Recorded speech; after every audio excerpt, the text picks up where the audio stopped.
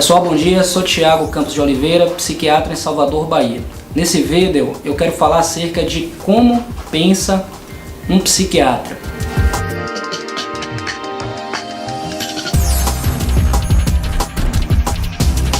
Nesse canal eu tenho vídeos acerca do que é um psiquiatra, para que serve um psiquiatra, como um psiquiatra trabalha. Tem outro vídeo questionando se psiquiatra é mesmo médico de maluco ou não.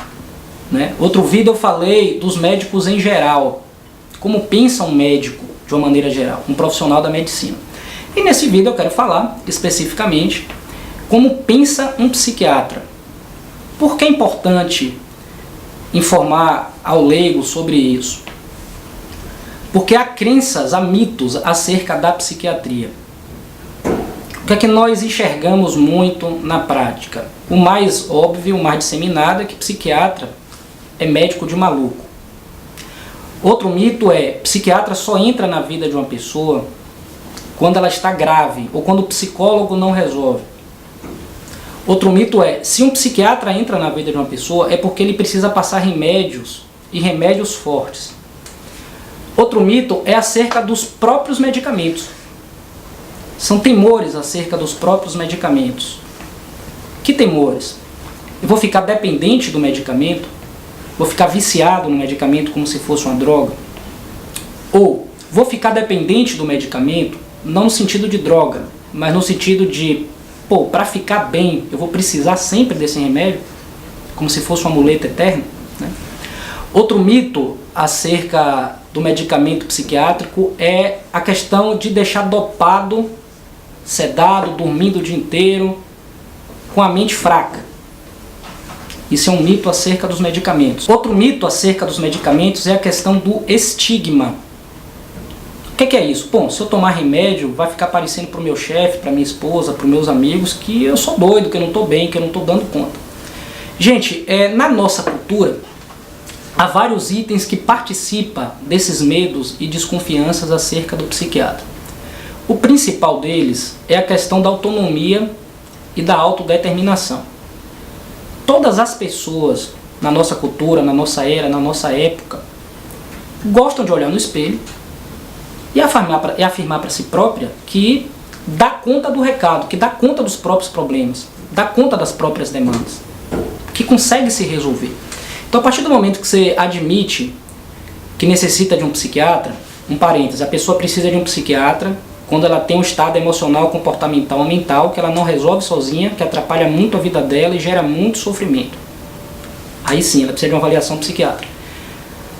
A pessoa imagina que quando ela vai no psiquiatra, ela não está se bastando. E esse pensamento é muito doloroso. Por isso que muita gente resiste a ir ao psiquiatra, dizendo o seguinte: eu tenho que fazer um esforço para melhorar por conta própria. Gente, esforço para melhorar as coisas por conta própria nós fazemos todos os dias em todos os problemas da vida. É justamente quando se ultrapassa um limite que é invisível, é que a pessoa necessita de ajuda profissional.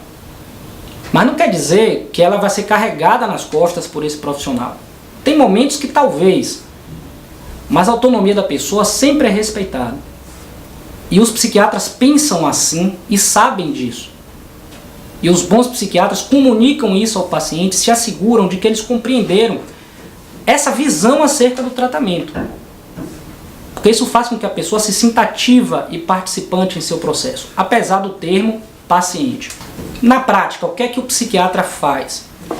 Ele objetiva o subjetivo. No vídeo anterior eu mencionei que um médico busca destrinchar as queixas do paciente para pensar no nome do problema do paciente, visando tratar, prescrever, ajudar de alguma forma. O psiquiatra é um médico, logo ele faz a mesma coisa. Um dos temores é a pessoa ser rotulada pelo diagnóstico, pelo estigma que é ter um diagnóstico. Tanto que a imensa maioria das pessoas que chegam até mim e já passaram por um psiquiatra não sabem o diagnóstico que receberam.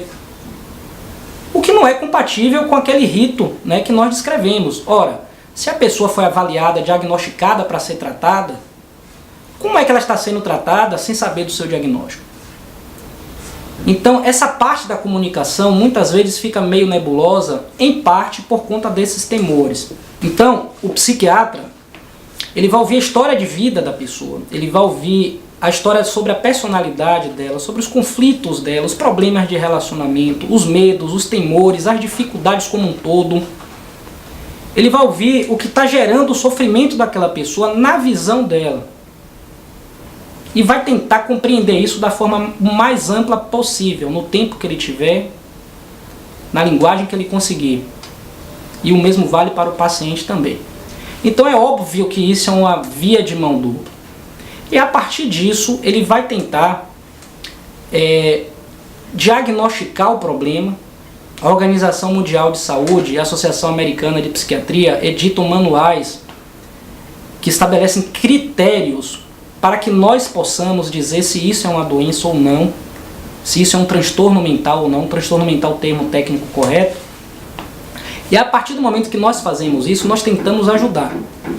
Em outras palavras, o médico ele vai ter contato, o psiquiatra vai ter contato com o subjetivo do paciente, com o que pertence ao sujeito, tentando objetivar, estabelecer o que está errado, o que está gerando sofrimento, quais os sintomas e fechar um diagnóstico visando ajudar aquela pessoa, mas sem desvalorizar o sujeito. Isso é muito importante. E um dos medos que a pessoa também tem do psiquiatra, da psiquiatria, de buscar ajuda psiquiátrica, além daqueles que eu mencionei ainda nesse vídeo, é esse, de ser reduzido a uma posição de objeto. E muita gente milita contra os psiquiatras e contra a psiquiatria, alegando que nós trabalhamos exclusivamente dessa forma, o que seria desumano de nossa parte. E nossa formação não é voltada para isso. Então sim, nós damos diagnóstico, prescrevemos tratamentos e acompanhamos, visando melhorar aquele sujeito, levando em conta suas peculiaridades, suas idiosincrasias, seu contexto de vida, no aspecto biopsicossocial e multifatorial. Tá bom? São palavras bonitas, mas é isso que a gente faz. Qualquer dúvida, qualquer comentário, estou à disposição, serão muito bem-vindos. Um abraço.